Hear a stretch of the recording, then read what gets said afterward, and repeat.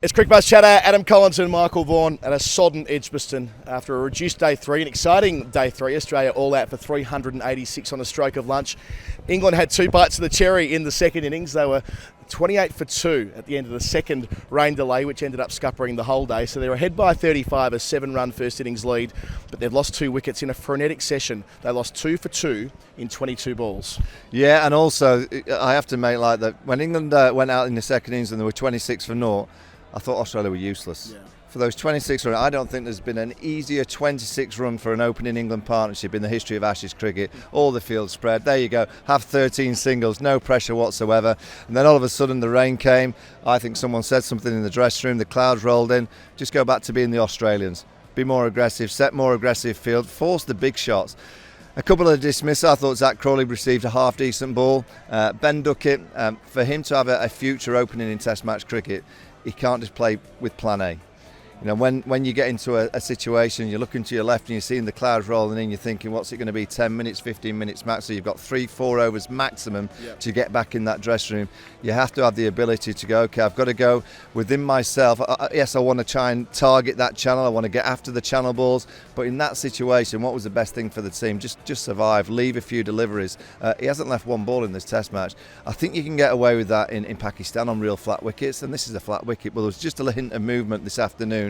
You know, against Ireland at Lords, you can hit at New Zealand against the Kookaburra ball, but against Cummins, Hazelwood, start maybe later on in the series, Boland as an opening batter with the Duke ball, and the ball's just going to do a little bit. You have to have the ability to let the odd one go through. Kind of on the basis of that, I feel like Pat Cummins is our performer of the day. Made 38 useful runs, so Australia added 75 today.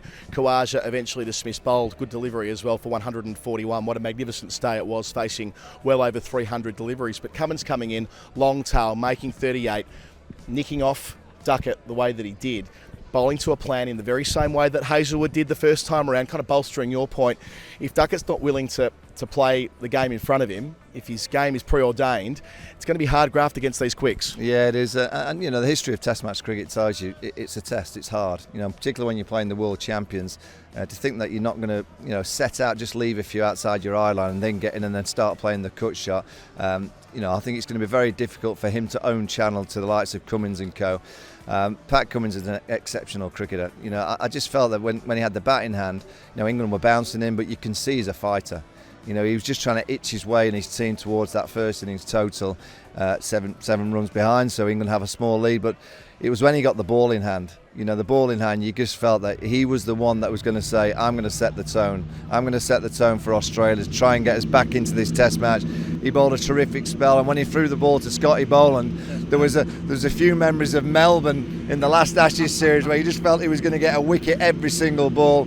Fortunately for England, the rain came. They can come back tomorrow, reset, restart, but it's going to come down to purely Joe Root once again. Cameron Green in the gully. Oh, I mean, you've seen more cricket than me. You're a touch older than me, not much older, but a touch older. I can't think of a better fielder in the gully. The catches he takes, not only because of the technique to get there at 6'7", but still getting his fingers underneath the ball. A point of controversy last week at the Oval, but that's 3 one-handed speckies in the space of a week. Yeah, I want to check his hands. I reckon they're illegal.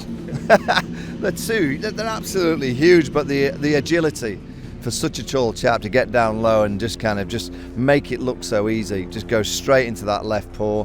Look, he's an honest chap. He knew straight away that he'd gone straight into the left paw. Australia desperately needed that breakthrough. They're a good team because they know how to win moments. You know, they just know how to stay in the game. Yesterday afternoon they were struggling, but they just know how to stay in the game and just push us at England's side that's playing a different brand of cricket. I think Australia have been spooked by Bazball over the last few days, but what they've managed to do going into day 4 is have England 35 for 2, and they know that Bazball now comes out on day 4, and how does it play? Does it play ultra aggressive? Does it try and sit in? I think they'll try and go hard, but with this Australian bowling attack, I think the Aussies will fancy just by bowling heavy length, just hammering heavy length, and say to England, if they set more aggressive fields, I think Pat's got to try and set more aggressive field and force the England players to hit through the inner field. If he does that, I think there'll be opportunities created. But I do believe over the course of 3 days, the Aussies have been slightly spooked by Bazball. If you're just playing the actual game of cricket and realise it's human against human, you know, a human being facing a length ball at 85 miles an hour, it's difficult to hit. And I think that's what they'll go back to. In the hot spot, Michael Vaughan, I think all eyes are on Ben Stokes. You touched on it there before, but his leadership and what he does from here, he's been very clear that he wants to get England out of trouble the way they get into trouble. So on that basis, you'd expect them to play in their usual breezy, cavalier way. But it might be very hard to do so. It'll be fascinating, even watching the way that up on the balcony here, when the umpires came up to him at close of play and said, sorry, we can't quite get on, he was clearly disappointed. He wanted England to bat for half an hour tonight. Can you imagine when you were captain, and no criticism of you, if you're offered half an hour of play at 6:30 with Boland and Cummins doing what they're doing, you're trying to stay off to the extent to which you can, but Stokes sees the game a different way. Yeah, I mean, I don't know if that's just a little bit of acting. I think he's quite happy to coming back on day 4, 2 wickets down. He wouldn't want to lose Joe Root tonight. I was looking forward to the Nighthawk one, to be honest. I wanted Stuart Broad out there swinging, but I think England will play aggressively. They do. That's the way that they play their business these days. The key is always going to be Joe Root, but I'm intrigued to see how Nathan Lyon sets his field. I'm intrigued to see how the great Nathan Lyon, he is a great spinner. Because the bowling that I saw on day 3 from Nathan Lyon with the field spread was too easy for England to just rotate the strike. He's got to try and force the big strokes. If he can force the big strokes, I think he'll have a real big impact on day 4. We're in for an absolute epic game. So far there's been drama, there's been theatre, certain moments, just the theatre this afternoon when the clouds rolled in and Pat Cummins and Bolt, brilliant theatre. This morning, the field that Stokes created, for Ollie Robinson to Khawaja, the 6 in front, like the test match game that you used to play when you used to roll the little ball down and whip it into the fielders. The Yorkshire Wall. That's right, yeah, the Yorkshire Wall from quite a few years ago.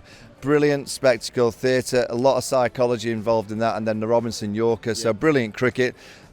So far, all the talk that we've been talking about this series for the last 3-4 months, I think it really has been matched by the players on the pitch that so far produced a magnificent test match. And before we go away, let's press fast forward. Fast forward, so it sounds like what you're thinking is maybe they might bat for 2 sessions. England tomorrow, declare. If they play on their terms, that will be absolutely captivating. Now, you've already touched on Nathan Lyon. It feels like he may be the key man tomorrow. The amount of spin that Vaughan Ali, who's now got this busted finger, or at least heavily scabbed up finger, or who wanted to scab up probably, in all probability, to bowl again in the 4th innings. But the turn that he was able to get from the Birmingham City end, if Lyon can get the same, he's going to be such a handful. Yeah, I'm interested to see what Nathan Lyon does, because he's an over-the-top spinner. And if you look at Vaughan Ali, he's like a side spinner, and that's what's been getting the real grip. Nathan's got the ability to go both ways, so I think the side spinner will be the real threat. He's world class, so I think any world class spinner that's worth the wait, and he's certainly worth a huge weight in this Australian side. He'll be sleeping tonight, licking his lips. I think he'll be thinking if the seamers can do for Joe Root, he's then got the likes of obviously Ben Stokes, then you've got Broad, Anderson, you've got plenty of left-handers to come. We know how good he is against the left-handers, but he bowled beautifully around the wicket to the right-handers also in the first innings. So I wouldn't say that the test match will be decided of how England play Nathan Lyon, because I think the seamers are going to be hard to face, but I think Nathan Lyon's going to have a big say in this test match. It's all set up so nicely. 2 days to go, 6 sessions to go. Maybe the rain will help advance the game tomorrow. Cannot wait to find out. Adam Collins, Michael Vaughan will tell you all about it at Stumps tomorrow.